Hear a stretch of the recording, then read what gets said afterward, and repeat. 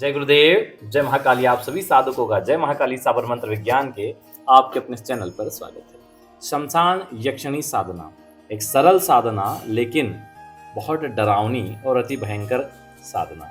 कहने को साधना का विधान बड़ा सरल है लेकिन डरावनी है। हर किसी के बस में नहीं है कि साधना को कर ले। जो लोग अघोर क्रियाओं में रहते हैं या शमशानी क्रियाओं में रहते हैं, ये साधना उन्हीं के लिए है। छोटा सा प्रयोग है, छोटा सा विधान है जिससे इच्छित मनोकामना की पूर्ति होती है। जो मनोकामना है वो पूर्ति होती ही है, वो चाहे कर्ज मुक्ति हो, वैवाहिक समस्या हो, शत्रु बाधा हो, कुछ भी हो। इसको कैसे करना है उसका विधान भी देंगे, लेकिन इसको करने से पहले कोई भी सुरक्षा मंत्र सिद्ध कर लेना चाहिए। जैसे हमने विभीषण जी वाला साबर मंत्र दिया है, तो उसको सिद्ध कर लें, उसी से घेरा भी बना लें और उसके अंदर ही बैठें, क्योंकि अन्य चीज़ें भी वहाँ पर होती है जो परेशान कर सकती है। साधना का विधान बताएं उससे पहले पर्यावरण पर सभी लोगों को ध्यान देना चाहिए और प्रतिवर्ष कम से कम 5 वृक्ष लगाकर उनको बड़े करना चाहिए, उनको रोपना चाहिए। 5 साल में 25 वृक्ष लगाने का टारगेट लीजिए। पुण्यों में वृद्धि होगी, पाप का क्षय होगा, पितृदोष से मुक्ति मिलेगी और सब प्रकार से आपके पुण्य लगातार बढ़ते ही जाएंगे। इस निमित्त आपको यह दिव्य कार्य अवश्य करना चाहिए।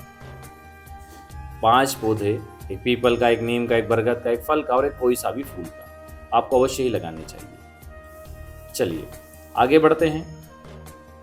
किसी भी व्यक्ति को साधना के माध्यम से अपने जीवन को बदलने का अवसर मिलता है, लेकिन सही मार्गदर्शक का होना बहुत जरूरी है। आपकी कुंडली में अगर उस प्रकार से योग बन रहे हैं तो आपको जरूर रास्ता मिलेगा। हर व्यक्ति की कुंडली में कोई ना कोई इष्टदेव होते हैं, कुछ विशेष ग्रहों के योग होते हैं जिनसे संबंधित साधना को सिद्ध कर सकते हैं। इसलिए अपनी जन्म कुंडली का विश्लेषण करवाकर ये पता कर लेना चाहिए हमारे इष्ट देवी देवता कौन है, कौन सी साधना फलित होगी और किस प्रकार इस साधना को किया जाए। चलिए कुंडली विश्लेषण के माध्यम से आप ये पता कर सकते हैं कि कौन सी साधना आपको सिद्ध होगी। जिन्हें कुंडली विश्लेषण करवाना हो, नीचे नंबर दिया गया है, उस पर अपनी डिटेल और शुल्क जमा कर सकते हैं। विषय वस्तु पर आते हैं। इस साधना को कैसे किया जाए, किस प्रकार इस साधना को सिद्ध किया जाए। किसी भी अमावस्या से इस साधना को आप शुरू कर सकते हैं। अमावस्या की रात्रि से शुरू की जाती है और शुक्ल पक्ष में होती है, क्योंकि कृष्ण पक्ष में ज़्यादा भयावह हो जाती है। वो तो कृष्ण पक्ष में भी जाएगी लेकिन भयावह ज़्यादा होती है। शमशान की साधना है, काले वस्त्र हो, काली हकीक माला हो, यंत्र की आवश्यकता नहीं है। आप शमशान में पश्चिम मुखी होकर बैठ जाएं, अपना शरीर बंधन करें, घेरा बंधन करें, गुरुजी गणेश जी का ध्यान करें और थोड़ा सा जल हाथ में लेकर संकल्प लें, मैं शमशान यक्षिणी सिद्धि करने जा रहा हूँ, मुझे पूर्ण सफलता मिले। हे गुरुदेव ऐसा आशीर्वाद दें। जल छोड़ दें।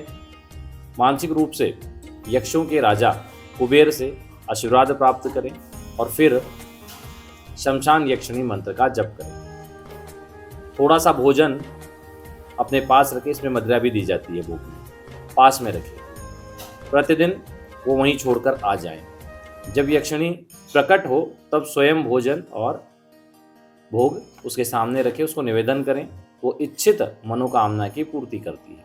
मान लीजिए आपको प्रत्यक्षीकरण नहीं हुआ तो भी आप शमशान साधना से जबरदस्त अनुभव प्राप्त कर लेंगे और इनके आधार पर आगे सफलता प्राप्त करेंगे। अगर आपने किसी इच्छित मनोकामना का संकल्प लेकर यह साधना की है कि मैं शमशान यक्षिणी की साधना अमुक इच्छा को पूरी करने के लिए कर रहा हूँ, शमशान यक्षिणी मेरी इस इच्छा को शीघ्र पूर्ण करे, और फिर आपने ये की है वो इच्छा भी पूर्ण हो जाएगी।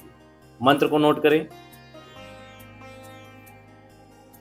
ओम ह्रीम ह्रीम स्फुंशाने शारणी शमशाने स्वाहा। यह इसका दिव्य मंत्र है, जिस मंत्र से आप इस साधना को सिद्ध कर सकते हैं। चलिए आज के लिए इतना ही। जय गुरुदेव, जय महाकाली।